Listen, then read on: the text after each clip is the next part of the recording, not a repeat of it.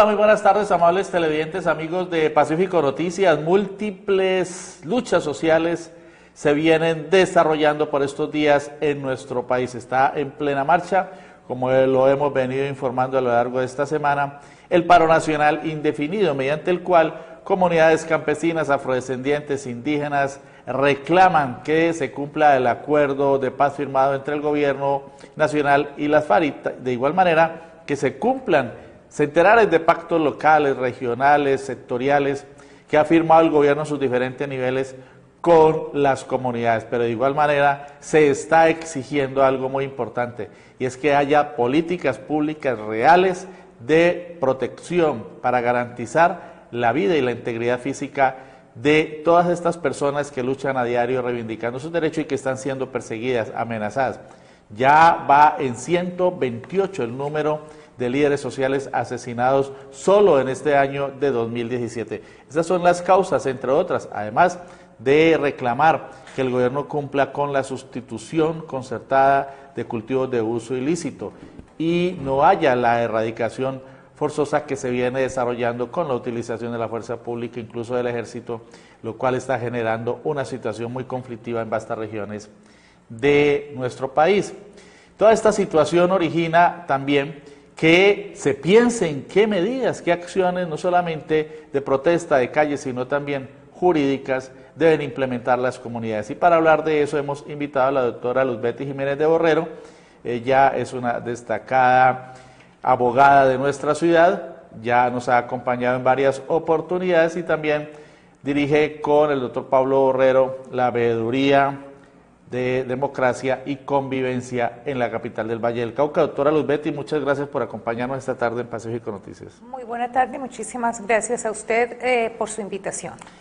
¿Qué alternativas desde el punto de vista jurídico, político también, tienen las comunidades para enfrentar esta oleada inusitada de crímenes, de asesinatos, de amenazas? Ayer dábamos a conocer aquí en una entrevista que hacíamos con Camilo Ernesto López, otro líder campesino de las comunidades campesinas en el Valle del Cauca, el asesinato que se conocía de un activista indígena del departamento del Chocó en el Alto Baudó, y se han venido conociendo otros hechos. Recientemente, el fin de semana anterior, ocurrió el atentado que hemos repudiado contra el líder obrero Omar Romero Díaz en la capital del Valle del Cauca.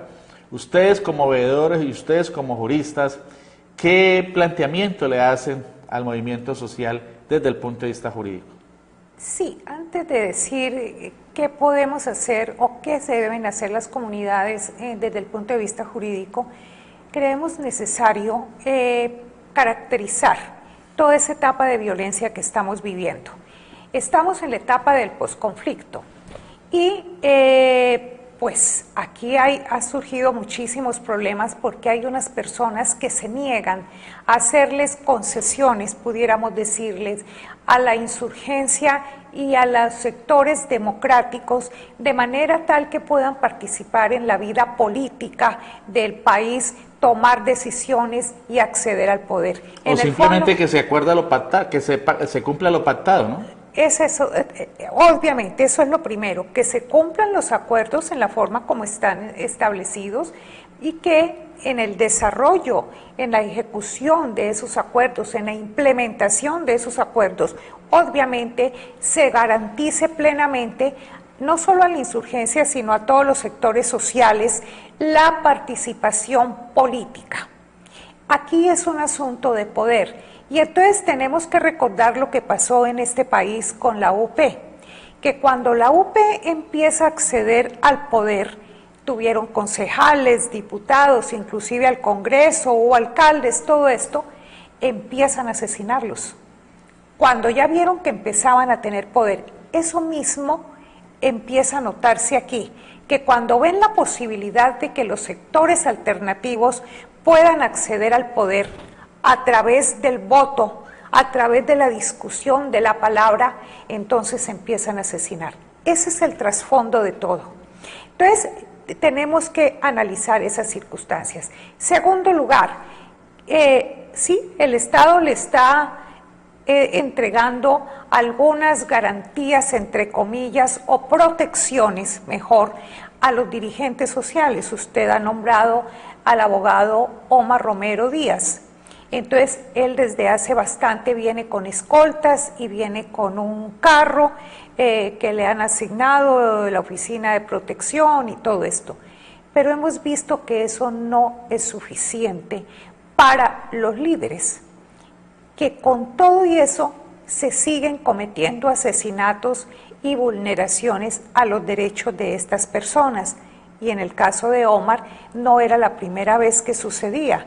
Ya años atrás también le habían hecho un atentado y entonces, entre otras cosas, en esa época, el escritor Fernando Garavito, columnista en esa época del periódico El Espectador, hizo una columna refiriéndose a ese atentado.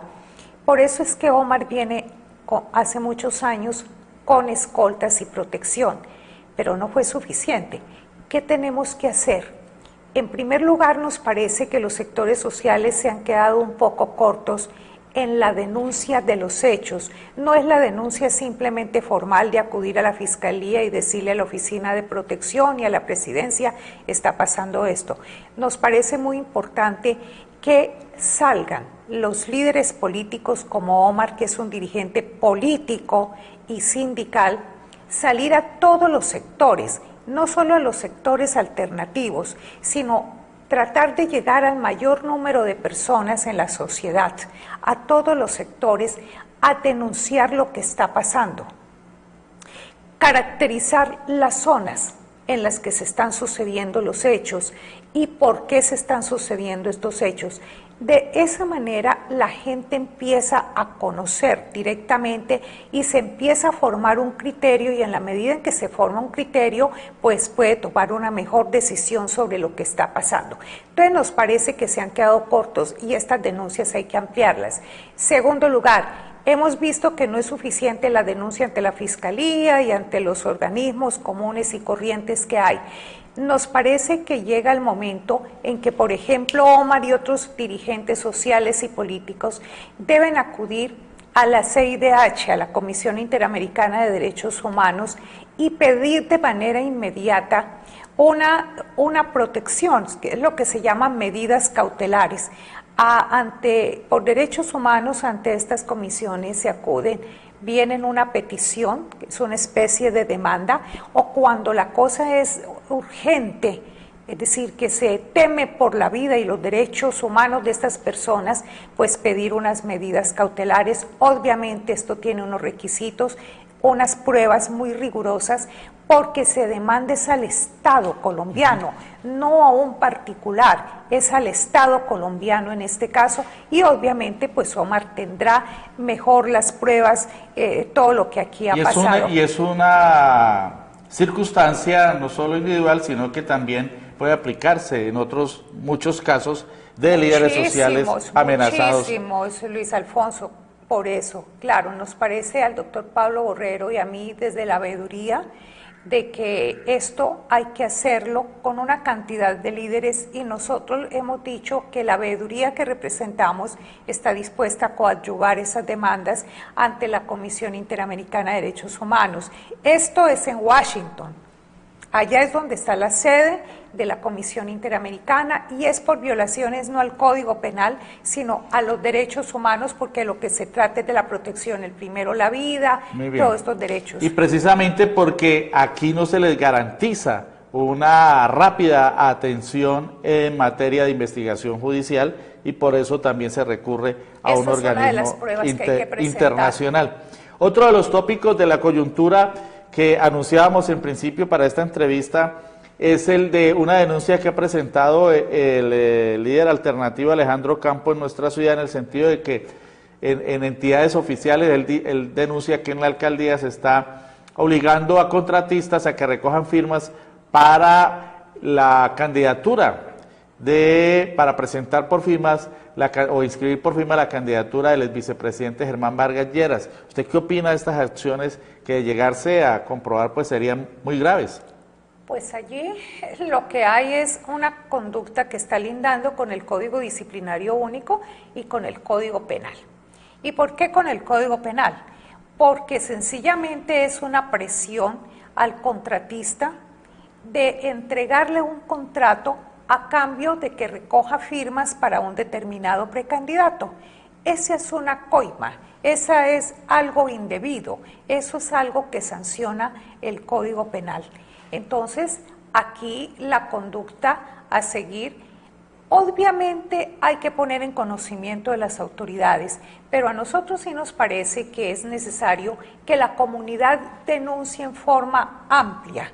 Es decir, estas son cosas que deben denunciarse ampliamente, porque ya vemos que aquí las instancias judiciales y los órganos disciplinarios no funcionan y pasan cualquier cantidad de años y por eso tienen patente de corso. Pero permítame, le complemento la pregunta al primer punto. ¿Qué hacer además de acudir ante la Comisión Interamericana de Derechos Humanos? Nosotros sí consideramos que todos estos sectores sociales que no se están garantizando los derechos humanos, tenemos que exigirles a los concejales, a los diputados, a los congresistas, que estos temas los traten ellos allá a través del control político. Y que cumplan con su función de desarrollar debates de control político. Claro, lo de Omar, por ejemplo, me dirán, ¿y qué tiene que ver eso para llevarlo al Consejo Municipal de Cali? Claro, allá hay concejal de los sectores democráticos y tiene que ver mucho, entre otras cosas, es una muestra de la inseguridad en la ciudad de Cali. Recordemos que el alcalde Armitage estaba muy contento con que el posconflicto aquí en la ciudad de Cali, porque estaba pensando en los recursos económicos que llegaban. Él pensaba que el territorio era simplemente aquí en la ciudad de Cali desde ese punto de vista. Pues bien, señor alcalde, el posconflicto tiene que ver también con la seguridad que se está brindando a los líderes y su ciudad no le está garantizando a los líderes, y el ejemplo es lo que pasó el viernes. Entonces eso tiene que llevarse al Consejo de Cali y tiene que llevarse al Congreso de la República. Un tercer tópico, doctora Luz Betty, es el de la amenaza que hay también contra el ejercicio de los derechos sindicales. Brevemente, ¿cómo pueden hacer los trabajadores de Avianca, del Hospital Universitario, del MIO y de tantas entidades cuyos derechos vienen siendo vulnerados? Se ha vuelto un delito la asociación sindical, ejercer el derecho a huelga. El doctor Pablo Borrero y a mí nos parece muy importante la situación que se ha vivido con los pilotos de Avianca. Si bien es cierto, hay una ley que es la 336 de 1996 que en forma expresa dice que el transporte aéreo es un servicio público esencial, y que la Constitución prohíbe la huelga en los servicios públicos esenciales. Lo cierto es que esta situación ha mostrado lo siguiente. Primero, cómo aquí, siendo el trabajo uno de los principios fundantes del Estado Social de Derecho, y que es un derecho humano además, es lo que más se vulnera en Colombia. Entonces ha quedado claro que se vulnera mediante tercerizaciones y otra serie de cosas. Segundo lugar, ha quedado claro que lo que dice la Constitución de que el salario debe ser vital y móvil no se cumple en ningún caso. Lo hemos visto en los pilotos de Avianca, pero lo más paradójico, los que han puesto el grito en el cielo del salario que ellos devengan y el incremento... Son los mismos trabajadores de otras partes, sí, ¿no? pero los que devengan salarios de 50, de 80, de 100 millones, como los directores de los grandes medios de comunicación. Eso es lo paradójico. Tercer lugar, aquí lo que ha quedado en claro con esto es que el derecho de asociación sindical y sobre todo el derecho de negociación colectiva en Colombia, de hecho, se acabó hace muchísimo tiempo. Ningún sindicato en los últimos años, con todo y constitución garantista, puede negociar pliego de peticiones y terminar voluntariamente en una convención colectiva. Paro no se puede hacer porque como se tiene que votar la huelga, no el paro sino la huelga, por la mayoría de los trabajadores, pues los trabajadores no lo hacen y todo se termina en tribunal de arbitramiento de tipo económico. Finalmente, doctora Luz Betty Jiménez de Borrero, vamos a unir los dos puntos finales. El primero es el de los derechos ambientales y el otro el de los derechos de los pobladores de los sectores amenazados por proyectos que viene impulsando la administración. En el primer caso, pues está la amenaza sobre el humedal del Cortijo, las talas masivas de árboles en el sur de la ciudad, especialmente en Pance, y en relación con el segundo, pues proyectos como el de Ciudad Paraíso y el del Jarillón del Río Cauca. ¿Qué deben hacer las comunidades para defender sus derechos a la vivienda y también el derecho al medio ambiente? Digamos que en Ciudad Paraíso, las personas de San Pascual, por ejemplo, y del Calvario, pero San Pascual, que es donde están en este momento ya empezando las medidas de expropiación, pues está el Estado, el municipio de Cali está desplazando a esas personas. Y eso de por sí ya está vulnerando unos derechos humanos. Los está desplazando y no para cumplir lo que dice la Constitución, el bienestar general. A esas personas se les está deteriorando su calidad de vida o se les va a deteriorar, se les va a pauperizar. En cambio, sí, con ese plan de renovación urbana que se va a repetir en toda la ciudad y sigue en la avenida Sexta y sigue en el barrio San Vicente, etcétera, etcétera, se están beneficiando los constructores unidos en una alianza. Ahí está Camacol, la Cámara Colombiana de la Infraestructura, la Cámara de Comercio, la Loja de Propiedad Raíz y una serie de empresas constructoras.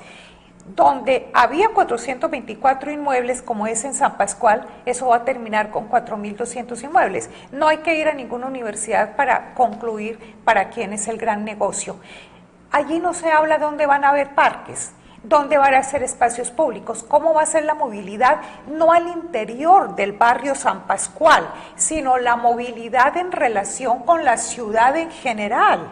Es decir, cómo van a afectar 4.200 viviendas que van a ser allí con la movilidad de toda la ciudad. Y en lo que tiene que ver con el humedal en el sur, pues esto es un derecho colectivo. Aquí se está violando el paisaje y el medio ambiente, están consagrados en la Constitución como un derecho económico, social, es un derecho colectivo que debe respetarse y esta administración pasa por alto eso. ¿Y por qué pasa por alto, amables televidentes? Porque aquí se han inventado una palabrita que se llama socializar. Esa palabra yo les solicito que la saquen del léxico. Eso no existe en política, eso no existe en la Constitución colombiana. Lo que existe en la Constitución colombiana es la participación democrática. Muchas gracias, doctora Luzbety Jiménez de Borrero. Quisiéramos dialogar más con usted sobre estos tópicos de la relación de las luchas sociales, las problemáticas, los fenómenos que la afectan y las soluciones que también se deben plantear desde el punto de vista jurídico, y ya tendremos oportunidad de ampliar, pero ella nos ha dejado allí una reflexión en el sentido de que también las comunidades tienen la opción jurídica para emplearla y buscar también soluciones desde esa óptica, acompañadas de las luchas en las calles y en los campos de manera pacífica y vehemente. Vamos a un corte de mensajes y volvemos con más información aquí en Pacífico Noticias.